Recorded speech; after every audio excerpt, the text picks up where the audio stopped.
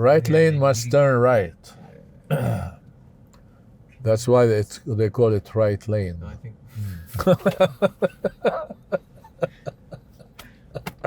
I know we're gonna have a Go ahead, go. We're gonna get one.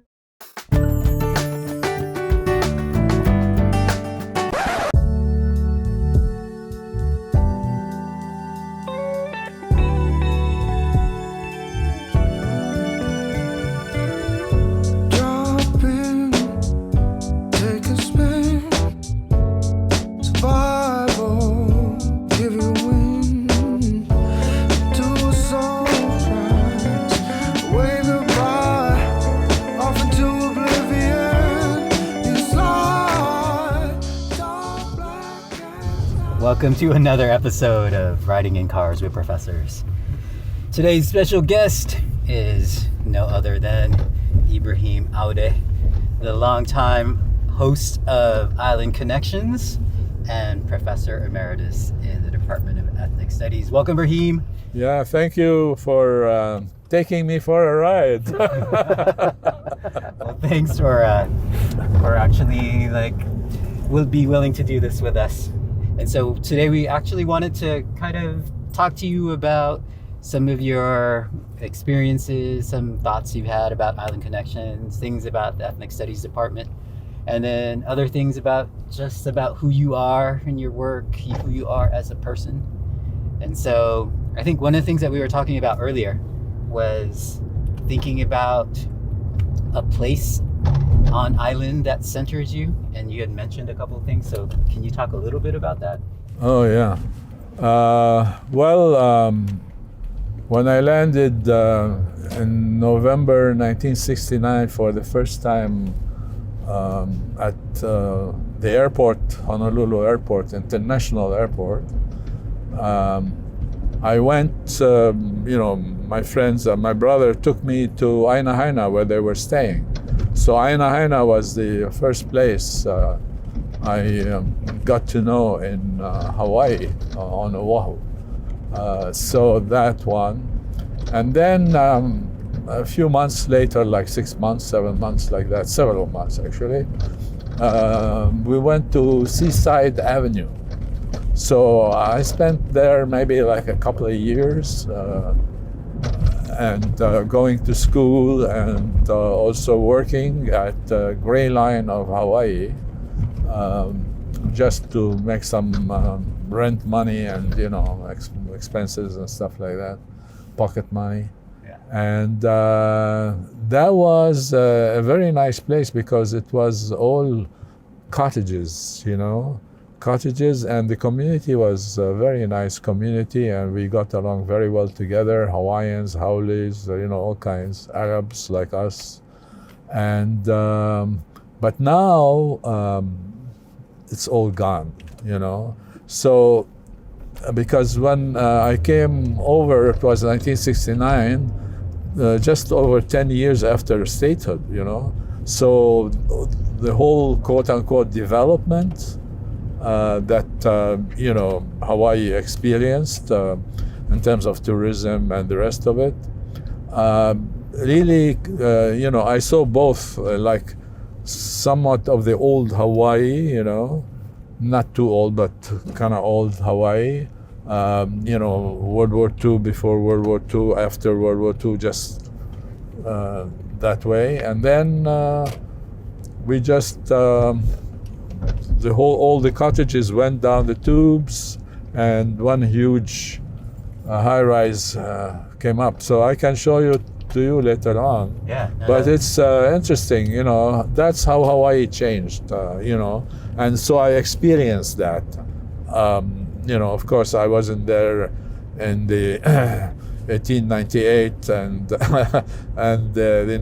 early 1900s, and sugar and cane, sugar cane, and all that kind of stuff in terms of plantation work and so on. But of course, one of the main things I wanted to do in Hawaii is learn about Hawaii, since I'm here. And I studied that, very closely, to the point that I was able to teach about it, when I became a professor and, at the Department of Ethnic Studies. So you came here in 1969. What brought you out here in the first place? It was your It brother? was basically to study, to study and work part-time so I can support myself.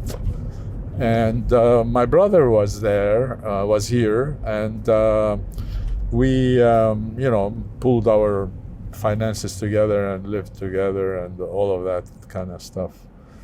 And then he left for back home. That's Lebanon. I'm Palestinian, of course, but we were refugees after the creation of the Zionist entity in Palestine in 1948. So I grew up in Lebanon, and so he went there, and then he stayed in the Middle East, basically, and I stayed here, So that's how it went. So I got to go to Honolulu Community College, and sometimes what I tell my students, now you're sitting down, okay, I'll tell you how much I paid a semester as a local student, because they considered me local for all kinds of reasons, for tuition purposes. And I would tell them, okay, now that you're sitting down, I would pay $25 a semester. This is the 1970s? 1970, yeah, 1970. $25 a semester. And then at the UH, Mānoa, I tell them I would pay $81 a semester, so anyway. Things that's have how it changed. Yeah, things have changed. Although the dollar then wasn't the same as the dollar now, but still, still much, much cheaper, in terms of real dollars, much, much cheaper than what students are paying now, which is atrocious. Supposed to be free education, and then what do? You have to pay for it as a local student. You mentioned that you learned about Hawaiian history. Before you got here, had you already understood this place as related to Palestine and some of its... No, except colonial issues, and but nothing, I didn't know anything about the ins and outs of it and so on. And I don't pretend to know the ins and outs of it right now, but I know a lot to be able to teach these issues. So some of the courses that I taught was economic change and Hawaii's people. So that's political economy and then its relationship, the way the political economy operates and how different ethnic and racial groups interact, and how that political economy really impacts those groups, and what is common among the groups and what divides those groups and all of that. Always emphasize that in fact that we should all be united, because meaning along the lines in relationship to the political economy. So if you are like a Japanese worker, let's say in a construction worker, and you have this other guy who might be Filipino or Haole, whatever, you're in the same boat, man.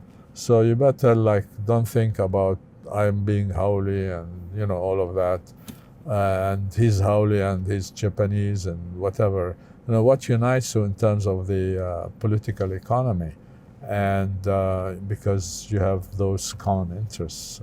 So I would emphasize that kind of thing to, okay, you're proud of your identity, whether you're Kanaka or Iwi or, Haole or Filipino, etc. But you also open to everybody else, regardless of anything, race, ethnicity, religion, the rest of it. These are divisive things, whereas what you want to know, if you want to improve Hawaii and make it better for the overwhelming majority of the population at least, is to look at the commonalities of things, you know. So those commonalities are very important, and that's what one needs to do. So I emphasize that, and how the political economy of Hawaii is geared to the rich and big transnational corporations, etc. And I relied also on the works of Marian Kelly, Noel Kent, also our colleague as well, and his research on Hawaii and all of that. So to learn from those and go beyond them, to figure out what else has been happening in Hawaii.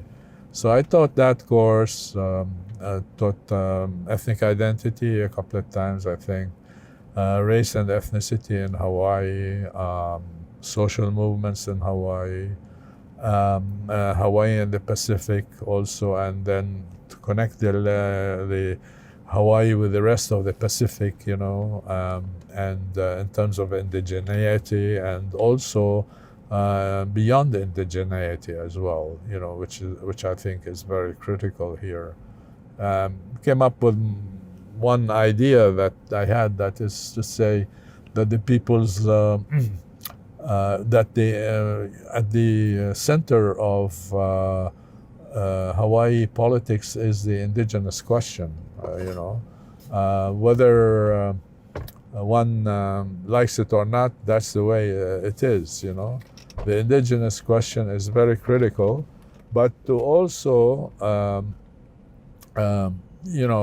understand that indigenous question and see, and if you want a resolution to the indigenous question, you have to figure it out in a different way as well. The indigenous question has to be at the center of also the people's movement in Hawaii. And the people's movement of Hawaii, as I was mentioning before, it's a matter of not like emphasizing ethnicity, etc., but as I said, you have the positive ethnic identity. I am Chinese, I'm proud of it, but I also respect the other identities, ethnicities, etc.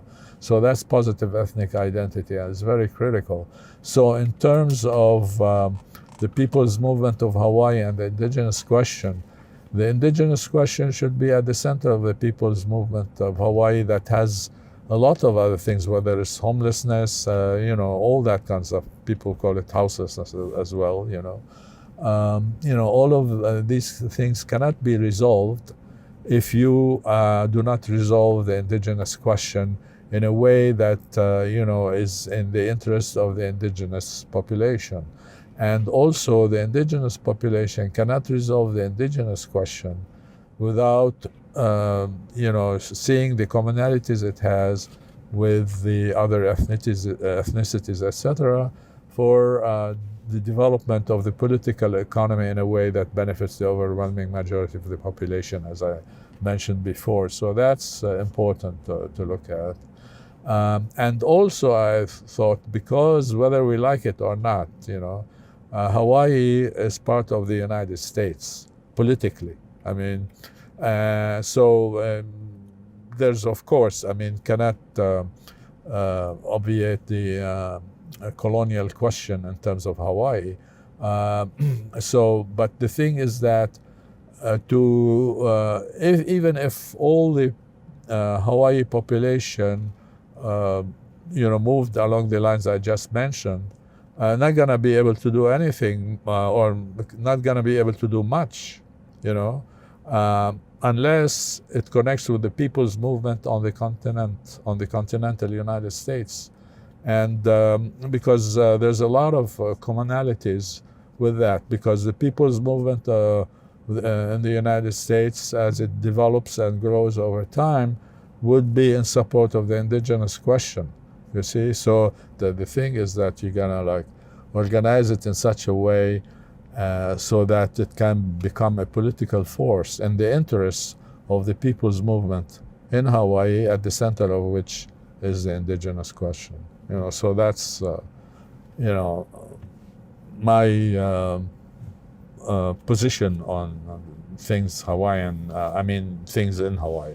And then another course I designed was the Middle East course, because I have background in that, and it's very important to me to really continue studying the Middle East and so on, even though I am here in Hawaii, and then to see the relationships between Hawaii and the Middle East, or as we now call it, West Asia and North Africa. So I come from West Asia. I'm Palestinian, and then again, as I mentioned, I grew up in Lebanon. So that's real West Asia. And so, what is the relationship and the historic experiences of West Asia and Hawaii? Okay, so these are like colonial experiences, and those colonial experiences are very important to look at and see the commonalities between those colonial experiences and how they diverge as well. So it's the same colonial project, in different ways, manifests itself in different ways. And that colonial project, you got to figure out how the colonialist works it in Hawaii and how the colonialist works it in, West Asia, say Lebanon, wherever, Syria, Iraq, Jordan, and the rest of it. So that's how I like to look at the Middle East, and to learn more about it, because I'll be studying the Middle East and studying Hawaii. And then in terms of the research is very important as well to me, is that, in writing about the Middle East, I learned a lot about how I can enrich my Middle Eastern research and writing from the experiences and knowledge I have about Hawaii. And conversely, what I know about the Middle East, how it might enrich my experiences while learning, studying, and writing about Hawaii. So I was able to do that, and it worked very well. I'm pleased by that situation, that I could research both areas, and contribute, some kind of knowledge to myself first, to study myself, to learn, and then, whoever reads the stuff I wrote about Hawaii or the Middle East would, look at things and maybe in a different light, whether agrees or doesn't agree, but at least opens vistas in their minds that they can pursue more research and more understanding and more learning, etc. So that's about my courses, as you asked, you wanted me to talk about. What do you think is, how do you think ethnic studies has changed, or how is it different or similar to from when it was established early on to what we're doing now? Yeah. Well, ethnic studies has started spring semester 1970. I was here, but I wasn't connected with ethnic studies. I was still at the community college, and doing technical thing, electronics. So it's very interesting. Now I'm far away from electronics. And that's what you came here to study, or? Yeah. I wanted to do, yeah, well, it's a long story, but industrial engineering and stuff like that I wanted to do, and so I started with electronics. How did you make? that. Sorry. Yeah. How do you make the jump from electronics to ethnic studies? Well, that's the thing, when I was in high school, so what would you like to do, etc. I said I want to be I want to study political economy, Okay, but back home you have to be either like a doctor or a lawyer or that kind of thing, or an engineer. So I said, okay, I'll go engineering. What I'm saying. But then I didn't like it. I did it for my father maybe or something.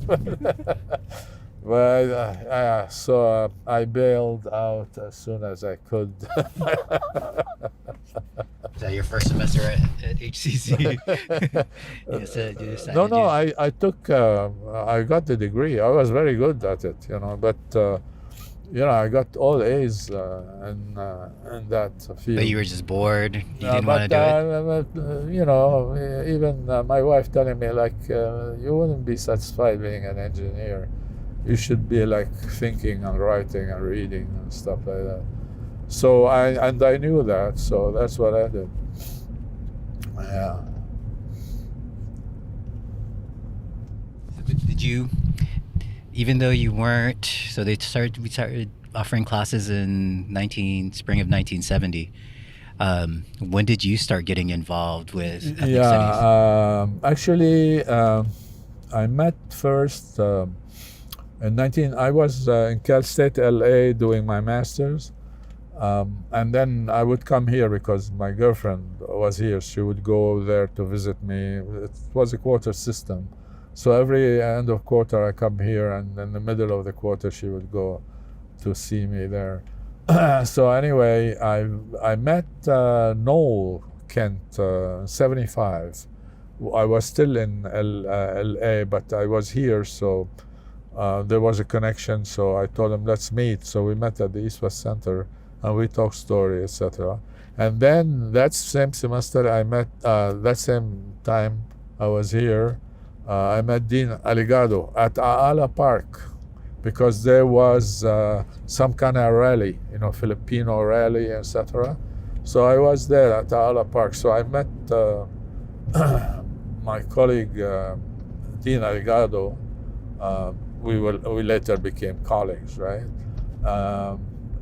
In 1975. So in 76, when I came here to do my PhD in political science, Noel asked me if I would be his lab leader. He was teaching Hawaiʻs in Hawaii. So that was interesting. Yeah, but it was a radical thing. It's not. So we agreed politically and stuff like that. And then later on, after I finished my degree, I started teaching a course, Economic Change and Hawaii's People. In 19 maybe 82, 83, something like that. So I started as a lecturer, yeah. And then I got my full-time job in January 1990, full-time. And then became acting director or interim director when Franklin Aoude, the late Franklin Aoude, was director. He would go, so I'd become director. Once, like Davy Daviana became director once for a semester. And then after that, I became director whenever he left. And then when he left for good, I became director, and then chair when we became a department, which that happened in 1995,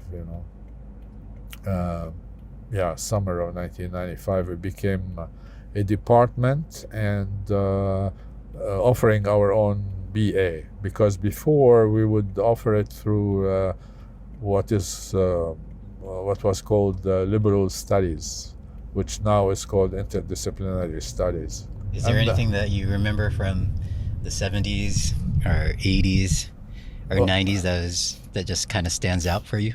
Yeah, the struggle, community struggles. The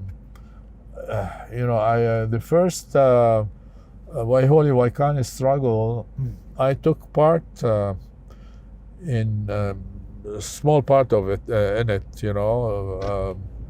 Honolulu community, Waihoʻi Waikani as a community struggle.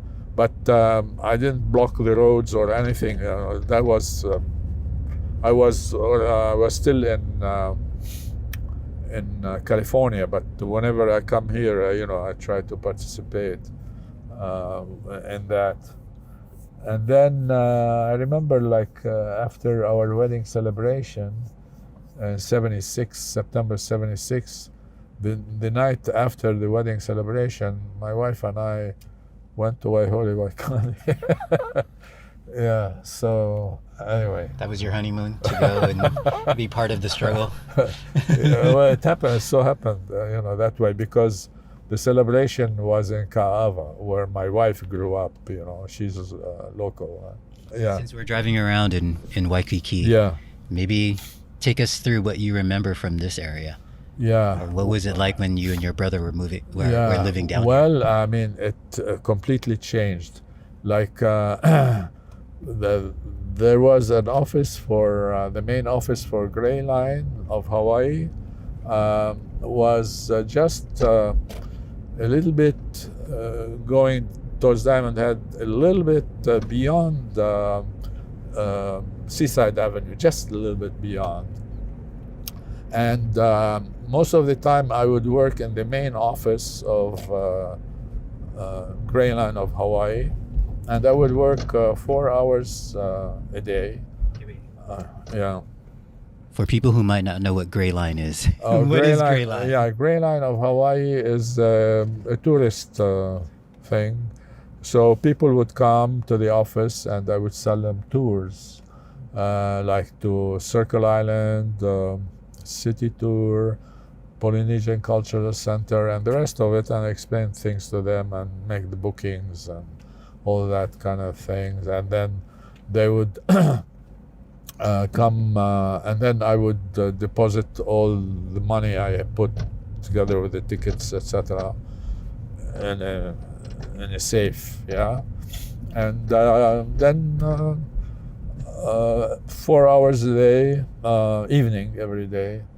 Right after school, I would go straight to the office, Gray Line of Hawaii, work till 9, and then after that 9 I go and study for the next day at school.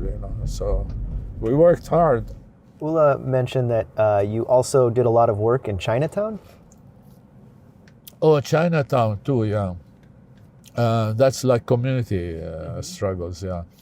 But Chinatown, not in the 70s.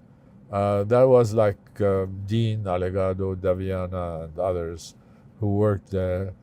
I was supporting, like every time, whenever I would come to Hawaii from California, I was there only in California for 15 months. I just got my master's and got the hell out of there. You know what I mean? I like California, but you know what I mean. When you're in Hawaii, it's better. So, yeah, we would come, give them support and all of that kind of thing. But Chinatown in the 80s, I also worked, just like Ota Camp in the 80s, Chinatown in the 80s. Trying to make sure, like, poor people who are like,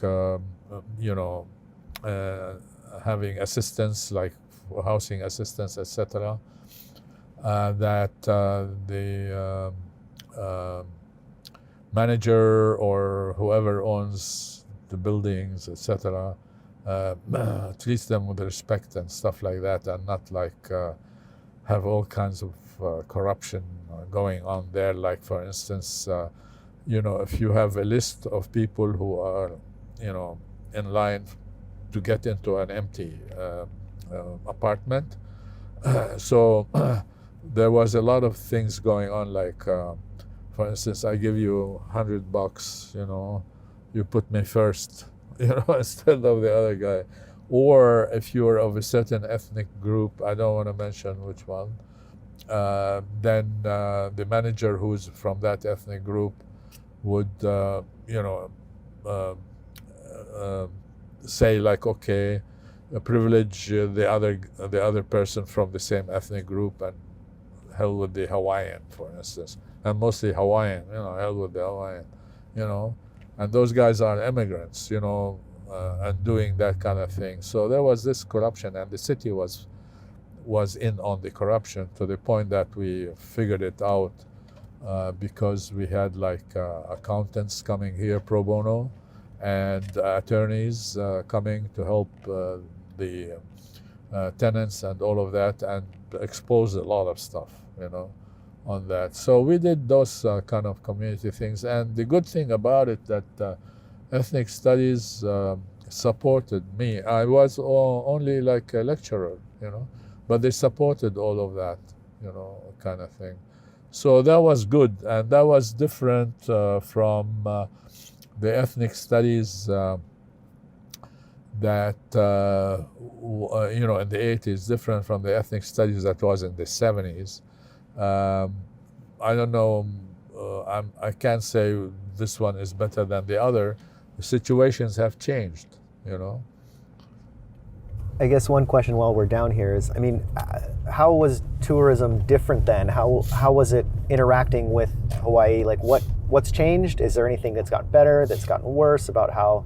Well, it's, to me, it's worse because, you know, although tourism is, you know, the numbers are lower now than before, but not by much, but definitely much, much bigger than in the 70s, you know, and 80s for that matter. So, give you an example about tourism, like United Airlines alone would bring 50% of the tourists to Hawaii. 50%. So to show you that, in fact, you know, Hawaii has no control over its political economy, really. Just anything, any significant control, no.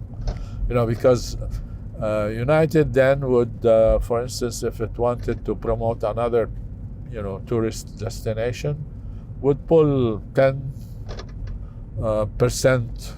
of the seats out of Hawaii to somewhere else, or 20% or 30%. You know, who's gonna tell her no? You know what I mean? So it's corporate capital is the one that has been controlling Hawaii. And also, like, you know, from what we know about now, the question of, you know, the water and the military and, you know, this whole thing about the military, and then these tanks that have been, you know, leaking and all of that kind of stuff, you know what I'm saying? So actually, the military controls, as we know, 25% of mostly AAA grade land, you know, AAA grade land, you know, agricultural. They control it, you know. Ibrahim, a couple, Yeah. a little while ago, you had written a piece that was talking about the political economy being locked in. Yeah. Do you think those dynamics are still the same? You know, that I think it's been a couple decades since that piece was published. Yeah. Are they still the same? Yeah, it's even worse now. And you know, like the Red Hill thing, for instance, you know, it's locked in. The military is in control here, you know, and the corporations, and they go hand in hand. And of course, a lot of people in Hawaii work in the tourist industry. My wife worked as a flight attendant for Hawaiian for like 50 years, you know. So, and then she realized too that actually the way things have been going, not in the interest of Hawaii's people by and large, you know. And a lot of people like work in construction and of course support construction, etc. Because they want to feed their families, etc. But they don't. That's the problem. Like they don't understand that instead of building high rises for hotels and this and that, you can build homes and all of that kind of stuff and be like in construction for low-income people and so on. But the thing is that the priorities are messed up in Hawaii, and the people who control Hawaii, the local people who control Hawaii, are basically work for what? For whom? They work either for insurance companies, airline companies, this, that, and the other, attorneys for big corporations, and all of that. So, but who really controls that? Not them. It's the corporations they work for. And the military, they, want to support because the military, they can make money from the military contracts and whatever else, you see. So these are big problems in Hawaii. And the people, I don't blame the person who wants to feed his family and working for construction. There's no construction for low income. So, okay, I want to feed my family. I'll build a hotel. Why not? You know what I'm saying? So the priorities are just messed up because of those who rule Hawaii have other, people to serve. They're not serving the people, really. They're serving the big corporations. And in that way, they're serving their own particular interests because they have chosen to be part of the big corporations or answerable to them politically, etc. And the connection also between the continent and here, I mean, whether in terms of politics, federal government, and or again corporations, etc. The connection is huge. Therefore, you are locked in. That's basically the argument. How to do? How you can escape this? Well, that's why I was talking about the other thing, which is building the movement, here, and how to build the movement. And I wrote that thing about how to build the movement, aside from the locked-in, article or whatever. How to build the movement. It's going to take a long time, and that's why I said what I said in that piece regarding how the movement should have at its center the indigenous Hawaiian question, and connect with the people's movement on the continent, U.S. continent. Otherwise, nothing would, you can't change much, Can I ask you a question about scale in the movement building? Yeah. Because I think if we think about the 60s, 70s, you have these large scale kinds of changes. Yeah. Do you think that's still possible? Or do we need to have different ways of different types of movement building? Yeah. Well, the thing depends upon what's happening, and every situation, every epoch has its own, dynamics, right? And what was the dynamics there then? It was the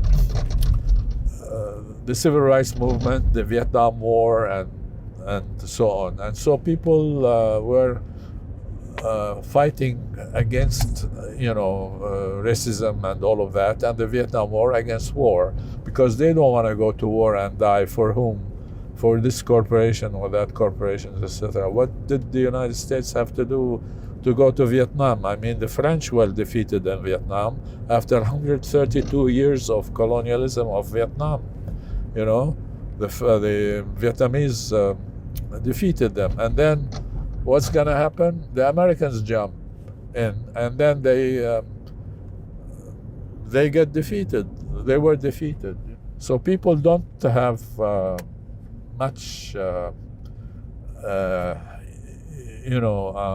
understanding because of the media and the propaganda and all of that, to figure things out quickly, you know. But when push comes to shove, they would come out against the Vietnam War, for civil rights and all of that, you know. And that shows that the people, you know, in time, they will do the right thing if they have the right understanding and education. And that's the organizing, say, in this age, is different from the organizing then, because the situation has changed. Not that we have complete civil rights now and we are out of the Vietnam War, because we might get into another war in the Middle East right now, you know, and it could be a regional war. And the U.S. would always be on the wrong side of things, just as it has been in Afghanistan and Vietnam and the rest of it, you know. So, can we do a quick shift? Ethan, I know you wanted to ask about Island Connections. All right, so now I'm curious, and I guess this is inheriting Rod's way of shifting gears, right? Literally shifting gears. Literally. but this is automatic car. This is an automatic CVT car, so there's no gear shifting actually occurring. So I know if we go technical with that, right? Can you tell us a little bit about how did Island Connections come about? How did you get that started? And what was your motivation behind it?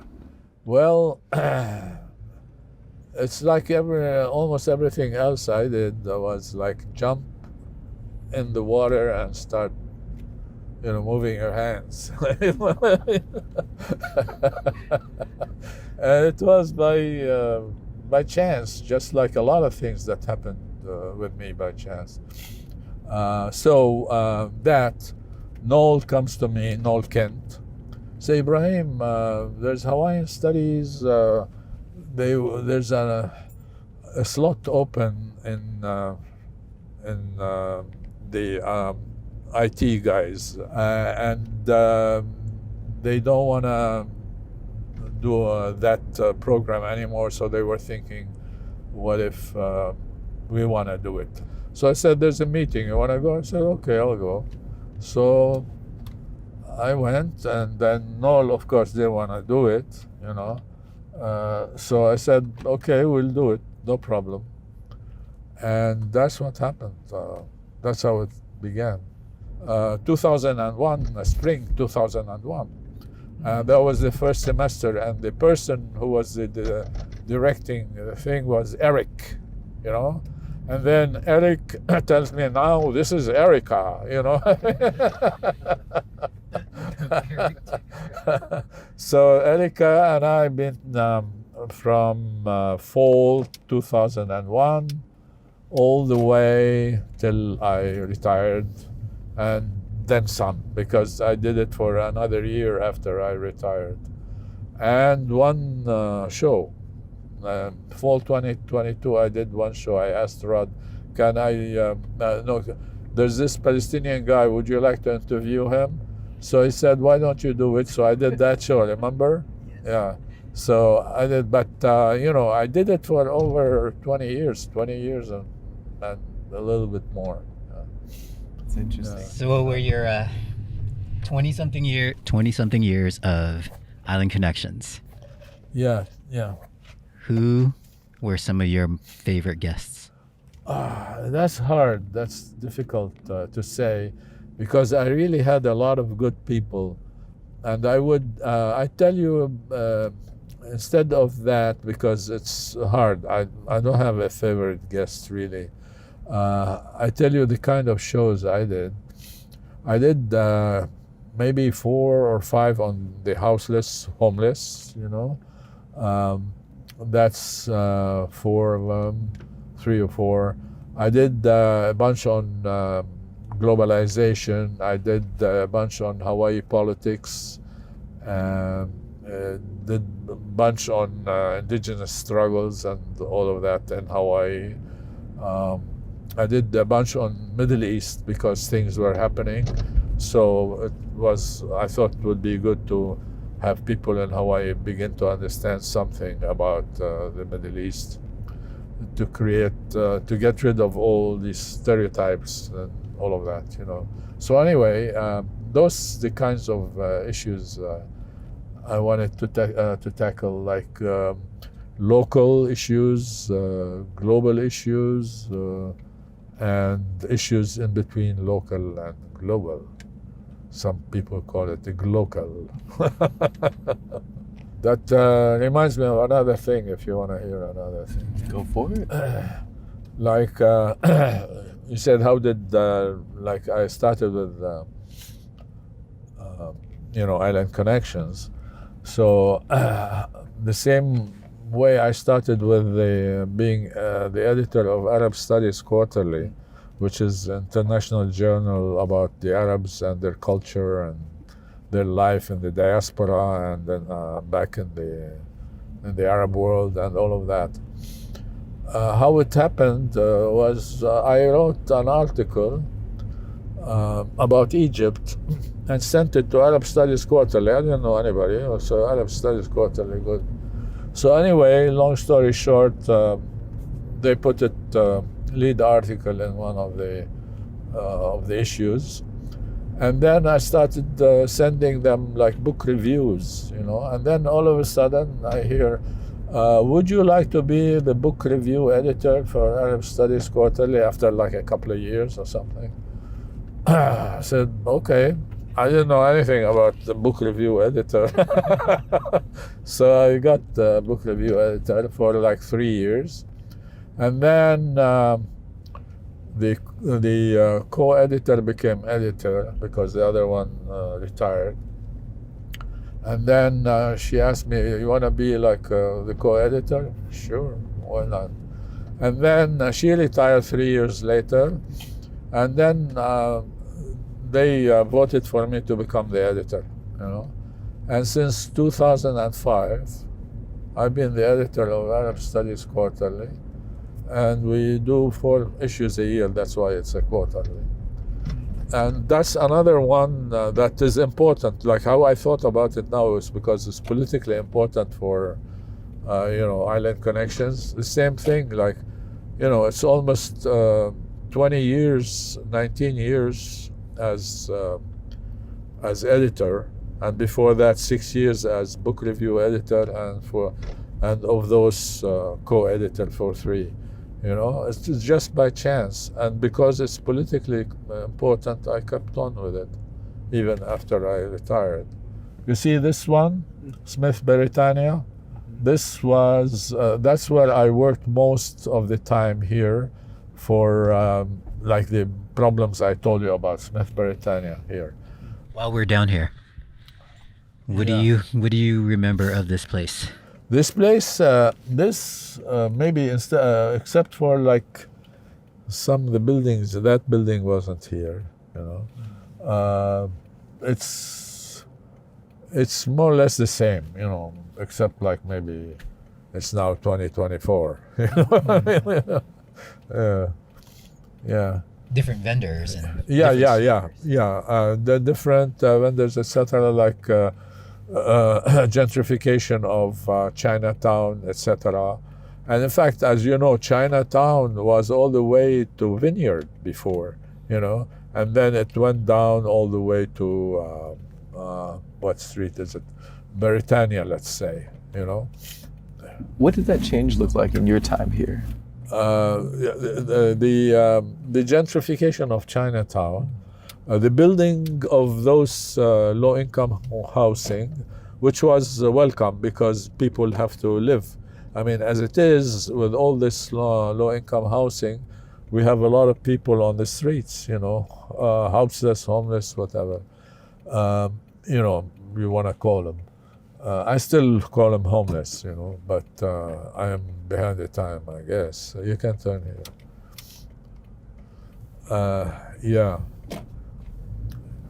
So that was good. That's why rather than build like high rises, we forced them to build homes for the low-income people. You know, that's important.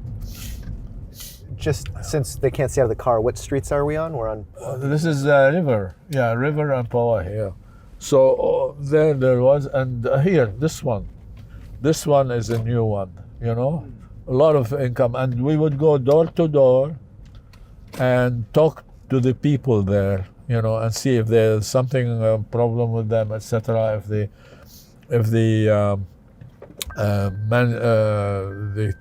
what do you call it? The manager of the building is giving them trouble, because we heard, like, you know, people, the guy giving them trouble or whatever, and there some of them old you know, tatas, you know, 80-year-old, you know, and why do you want to give them trouble?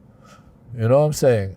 And the guy was Filipino too. It's not like Filipino versus Chinese, etc. Filipino, I forget his name, the manager, and the tatas were Filipinos. You know what I mean? And giving them trouble. But do you think it's, so when the department was starting up and ethnic studies was starting up as a program into a department where you had all these different groups, right? Yeah. And now that we have kind of this oceanic focus, how do you think that's kind of changed over time? Yeah, the oceanic focus is important, which means that's the focus, but doesn't mean that you don't teach about Arab Americans, for instance, and Arabs, you know. That's critical because, you know, Arabs, in terms of global politics, have had a lot of huge strides in global politics, especially in the 21st century, and especially in the last 4 or 5 years, you know. And you will hear more about Arab politics, etc., globally. So if the US doesn't understand that and not deal with it from like an Orientalist point of view, and that's why you need ethnic studies. So not to have this Orientalist, you know, one lens kind of point of view. You know what I'm saying? You have to have multi-lenses and a multi-lens approach into the study of, you know, anybody, including the Arabs, you know. And it's critical for Hawaii and for the ethnic studies to do so, because ethnic studies in Hawaii is one of the top ethnic studies in the US, right? We do things that no one else does. And that is critical to keep and cherish and nourish and cherish and develop, you know. That's very important. So if we can get someone to teach Chinese, you know, oceanic, you know, in the US and Hawaii, and in terms of our focus, oceanic focus, is very important, because things are now multidimensional, not so much only, not only like Hawaii or the US, but it is the Pacific, you know, but not in the way the Pacific Command understands the Pacific, but the Pacific for its own people. That's how it is, with ethnic identity, race, racial issues, etc., development for the people, etc. So this kind of positions have to be thought out that way, and then we should ask for them in this way as well from the administration, and convince the administration that it is in its best interest to do this, and that ethnic studies is in the best interest of the administration, of the university, and of Hawaii's people, you know. And that reminds me, in terms of Hawaii's people, you know, the volume that I edited about in 1999, Hawaii social process, you know, Hawaii social process. You know, I started the introduction by the ethnic studies story is the story of Hawaii's people, and then I moved from there. And this is true, you know. That's how ethnic studies became a program, you know. And when we became like permanent in 1977, people would ask me like, "Are you now permanent?" I would say temporarily so, because I know why. Because the guys, they were forced to make us permanent, and they were like,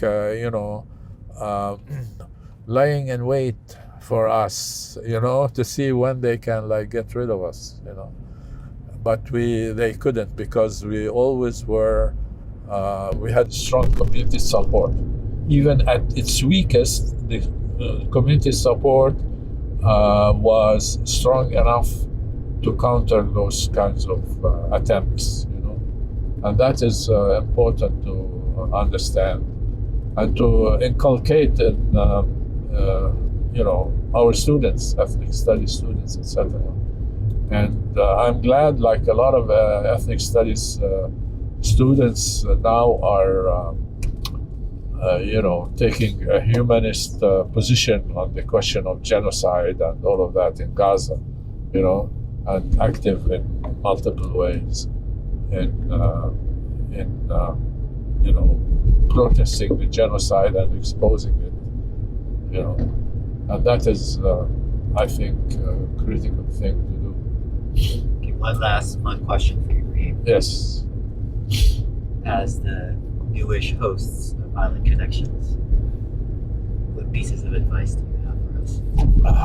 Well, it's not to me to give advice, because I really am happy that you guys got it, because I know the three of you, and I know your approaches are more, I hate the word postmodern, but forward moving ahead. Yeah, like moving ahead. Car. Yeah, forward moving. And I don't, I can't give you an advice, because I'm glad you guys are doing it. And innovation is rather important, and something that would benefit the students more and make the students more active in like promoting island connections, etc., and doing things to give more subjects for island connections to do that would be beneficial for the students, in their education and also in their extracurricular activities. I think it's important, because I retired, but doesn't mean that ethnic studies is not in the heart. And I want all the best for ethnic studies. Thank you, Dr. Aoude, for being with us today in this car. Thank you for showing us around the island. Thank you, everyone, for tuning in, and we will see you next time on Island Connections. All right. So now we go for sushi.